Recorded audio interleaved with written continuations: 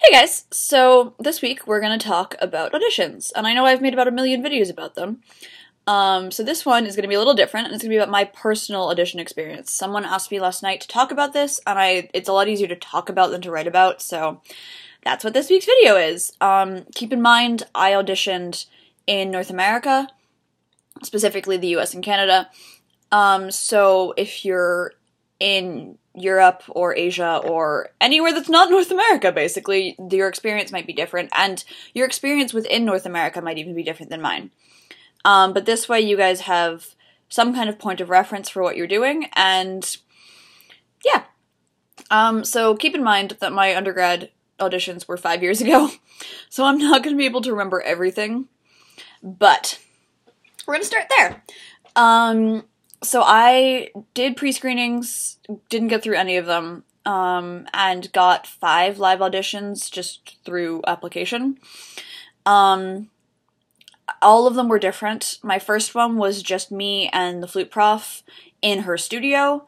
The second one was me in a recital hall with the entire woodwind faculty there. The second one or the third one, sorry, I can't count, was the 2 profs from the school in one of the studios. My fourth one was 3 or 4 of the flute profs in a classroom. And my 5th one was a flute prof and another prof in a classroom again. So keep in mind that anything can happen. It can be in any kind of room with any kind of panel. Don't let that faze you.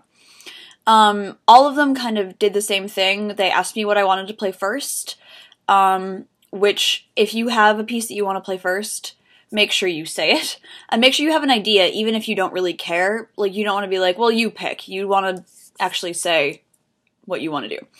And then they had me play little bits and pieces of everything. My auditions ranged from 10-15 minutes. A couple of them had interviews, afterwards, where they asked me, like, why do I want to study music? What's my favorite piece? How long have I been playing? What do I want to do?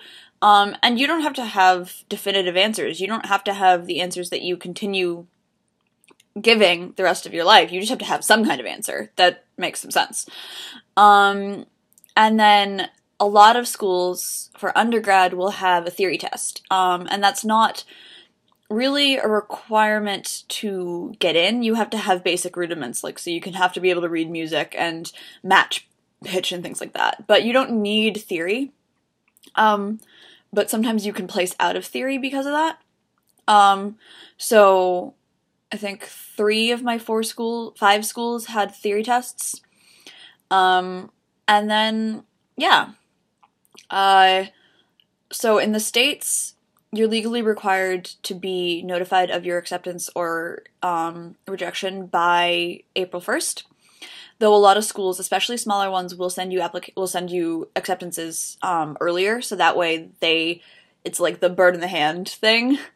So I actually heard back from my first school probably around March 15th, and that I also got a scholarship offer with that.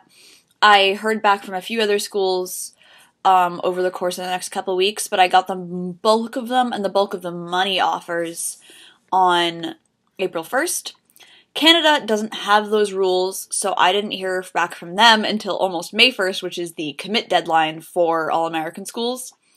One piece of advice is, if you're applying to both Canadian and American schools and your Canadian schools haven't told you, call them, like, every day for a week, because that's what I did with both Toronto and McGill, and just be like, I need to know either way, I just need to know, because I have to give a reply to these other schools. If I don't find out soon, there's no way I can go.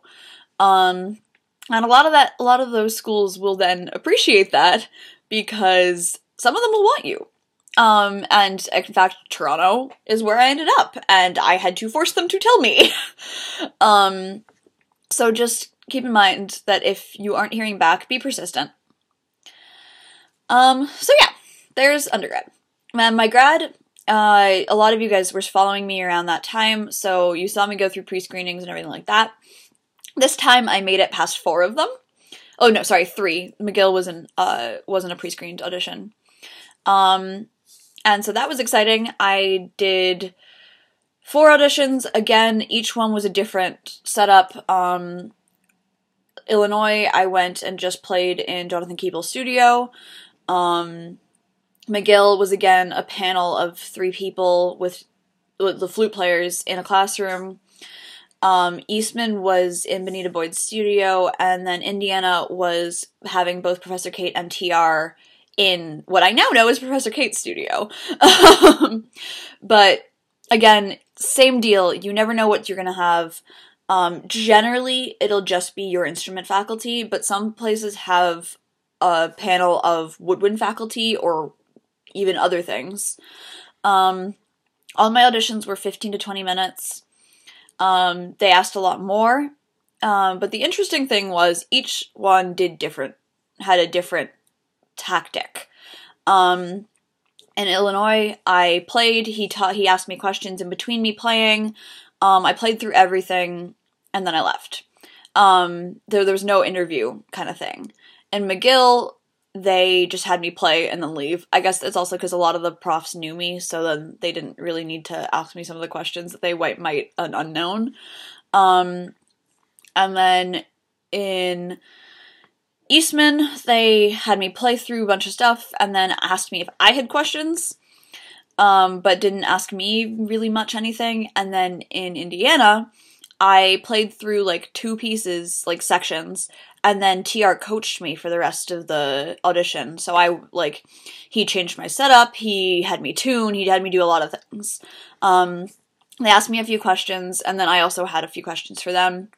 Again, keep in mind that they're probably going to ask you if you have questions, so have a few stocked up. Even if you know the answers, quite honestly, just have a few good questions stocked up in the back of your head, like, hey, I should ask them this. Like, on how ensembles work, whether you get to do chamber and ensemble, like, just things like that, things that you would want to know about a school anyway. And then for grad, I think they have to notify you by May 15th. I might be wrong about that, but I heard back from all of my schools except McGill, because Canada's different, before May 15th. I got my money offer from Indiana in mid or like early to late March, early March, late March, early April. And then I had to commit by April 15th. So grad schools are earlier, though there was no deposit for my acceptance at Indiana. But yeah, that's kind of a brief overview of how my auditions went, what I experienced, and how I heard back. Keep in mind, again, you might have had different experiences, even at the same schools I was at, so don't feel like nervous that something didn't happen at a school that I got into, or something did happen at a school that I didn't get into. Like, don't worry if something didn't go exactly the same as something that I did, because they always have different strategies for different auditioners. Sometimes they're looking for other things. So, I hope this is helpful, and I will see you next week.